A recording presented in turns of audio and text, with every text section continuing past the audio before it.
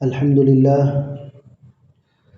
لله وكفى وسلام على عباده الذين اصطفى أما بعد فأعوذ بالله من الشيطان الرجيم بسم الله الرحمن الرحيم وما خلقت الجن والإنس إلا ليعبدون سبحان ربك رب العزة عما يصفون وسلام على المرسلين والحمد لله رب العالمين۔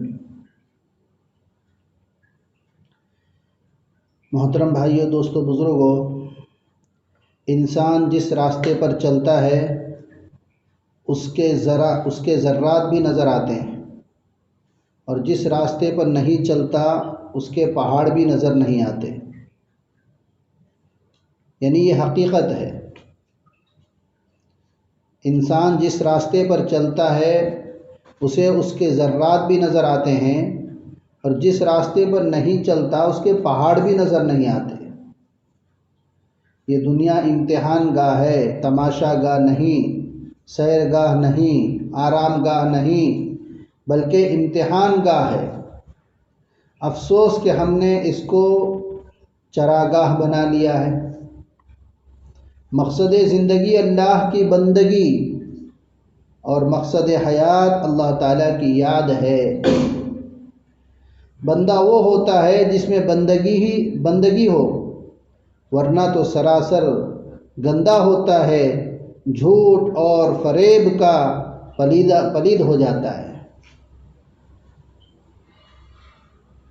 ہمارے آج کا عنوان ہے مقصد حیات، یعنی ہماری زندگی کا جو مقصد ہے وہ صرف اللہ کی بندگی ہے۔ مقصد زندگی اللہ کی بندگی اور مقصد حیات اللہ تعالیٰ کی یاد ہے۔ یہ قرآن صداقتوں کا مجموعہ، حقیقتوں کا خزانہ، یہ انسان کے لیے دستور حیات ہے، بلکہ انسانیت کے لیے آب حیات ہے۔ یہ رمضان کا مبارک مہینہ قرآن کا مہینہ ہے۔ شہر رمضان الذی انزل فیہ القرآن، اللہ تبارک و تعالیٰ نے رمضان میں ہی قرآن کو نازل فرمایا، تو یہ قرآن ہمارے لیے آب حیات ہے۔ قرآن اللہ رب العزت نے اس لیے اتارا کہ ہم اس کو پڑھیں اور اس کے مطابق اپنی زندگی بسر کریں۔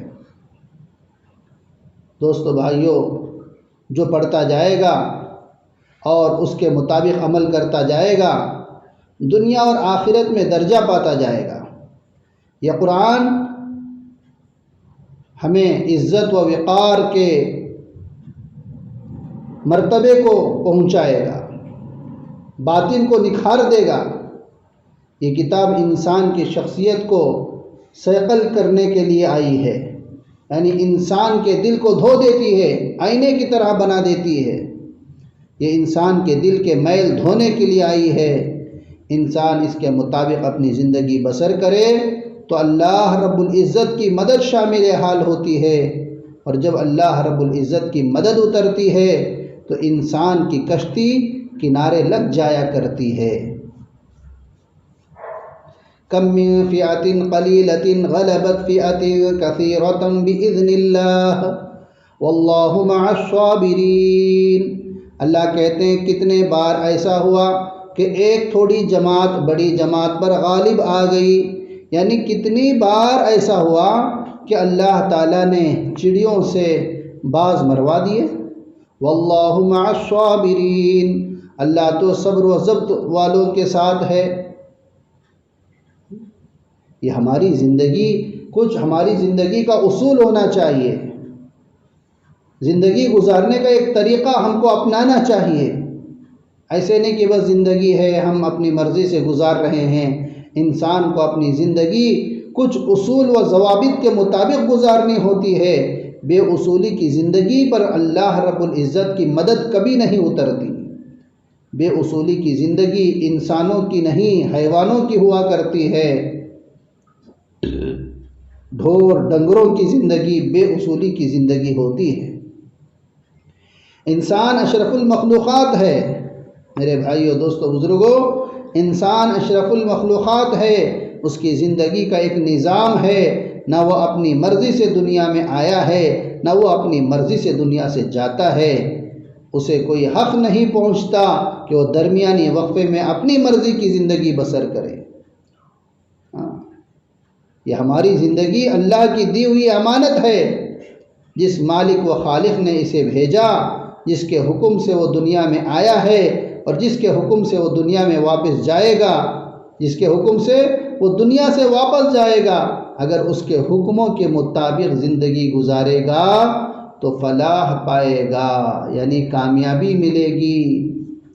انسان کی ضرورت اور چیز ہے، انسان کا مقصد اور چیز ہے۔ کھانا پینا اور دوسری چیزیں انسان کی ضرورت ہے، مقصد زندگی تو اللہ کی بندگی ہے۔ ہرگز ہماری یہ زندگی ہم ایسے ہی بیکار نہ گزار دیں۔ ہم اس زندگی کو اللہ کی بندگی کے لیے بنا دیں۔ ہر گزرنے والا دن انسان کی زندگی کا ایک ورق ہے، ہم اس پر اچھائی لکھتے ہیں یا برائی لکھتے ہیں، یہ ہمارا اپنا کام ہے۔ یہ بات پکی اور سچی ہے کہ جو دن انسان کی زندگی میں گزر گیا وہ کبھی لوٹ کر واپس نہیں آ سکتا، کبھی لوٹ کر واپس نہیں آ سکتا۔ جو گزر چکا وہ ہاتھوں سے نکل چکا۔ ایک بزرگ فرماتے تھے کہ دن تین طرح کے ہوتے ہیں، ایک وہ دن جو گزر چکا وہ ہاتھوں سے نکل گیا، ایک وہ دن جو آگے آئے گا یعنی کل پتہ نہیں وہ آئے یا اس سے پہلے معاملہ کچھ اور بن جائے گا، ایک آج کا دن ہے یہ ہمارے ہاتھوں میں ہے۔ چنانچہ فرماتے تھے اے انسان، نہ گزشتہ کل پر بھروسہ کرنا، آئندہ کل کی امید رکھنا، تیرے ہاتھوں میں آج کا دن ہے، تو چاہے تو اسی دن میں اللہ کو راضی کر لے۔ ایک بہت بڑی بزرگ ولیہ گزری ہیں، حضرت رابعہ بصریہ رحمۃ اللہ علیہا، اللہ کی نیک بندی فرمایا کرتی تھی اے انسان، اللہ تعالیٰ کی نعمتیں کھاتے کھاتے تیرے دانت گھس گئے، اس کی تعریفیں کرتے کرتے تیری زبان نہ گھسی۔ ایک عجیب بات ہے بھائیو دوستو بزرگوں، حضرت مولانا احمد علی لاہوری رحمۃ اللہ علیہ اپنے درس میں ایک عجیب بات فرماتے تھے کہ ایک دفعہ حضرت فرماتے ہیں کہ میں ایک دفعہ بازار میں گیا، ایک مجذوب با خدا سے میری ملاقات ہوئی، میں قریب ہوا، سلام کیا، انہوں نے مجھ سے پوچھا احمد علی انسان کہاں بستے ہیں؟ میں نے بازار میں کھڑے لوگوں کی طرف اشارہ کیا اور کہا کہ حضرت یہ سب انسان ہی تو ہیں۔ میری بات سن کر انہوں نے لوگوں پر ایک عجیب سی نظر ڈالی اور کہا اچھا یہ سب انسان ہیں۔ ان کی توجہ کا اثر مجھ پر ایسا ہوا کہ میں نے دیکھا تو مجھے بازار میں کتے، بلی، خنزیر چلتے ہوئے نظر آئے۔ جب میری کیفیت ختم ہوئی تو میں نے دیکھا وہ بزرگ جا چکے تھے۔ یہ واقعہ بیان کرنے کے بعد حضرت فرماتے تھے کہ مالک تو سب کا ایک، مالک کا کوئی ایک، ہزاروں میں نہ ملے گا، لاکھوں میں تو دیکھ، کوئی قسمت والا ہوتا ہے، کوئی قسمت والا ہوتا ہے، کوئی بخت والا ہوتا ہے جو سر کے بالوں سے لے کر پاؤں کے ناخنوں تک اپنے آپ کو اللہ کے حوالے کر دیا کرتا ہے۔ من کان للہ کان اللہ لہ، جو اللہ رب العزت کا بن جاتا ہے پھر اللہ اس کے ہو جایا کرتے ہیں۔ تو محترم بھائیو دوستو بزرگوں، یہ جو حضرت مولانا احمد علی لاہوری رحمۃ اللہ علیہ نے جو واقعہ بیان فرمایا کہ اللہ والے ایسے ہوتے ہیں کہ ان کو انسانوں کی حقیقت نظر آیا کرتی ہے، آج ہم کس طرح ہیں ہم خود ذرا غور کر لیں۔ انسان وہ ہوتا ہے جو اللہ کی بندگی میں ہوتا ہے، اگر ہم اللہ کی بندگی میں نہیں ہیں تو پھر جو دوسری مخلوق ہے ان مخلوقوں میں سے ہم بھی کوئی ایک ہو جاتے ہیں۔ ان مخلوقوں میں سے اب بھیڑ، بکری، سانپ، بچھو، شیر، چیتا، یہ جو درندے ہیں، جانور ہیں، یہ بھی تو ان کے بھی پیٹ ہیں، ان کو بھی پیٹ بھرنا ہوتا ہے، یہ بھی جو ہے ادھر ادھر کوشش کرتے ہیں۔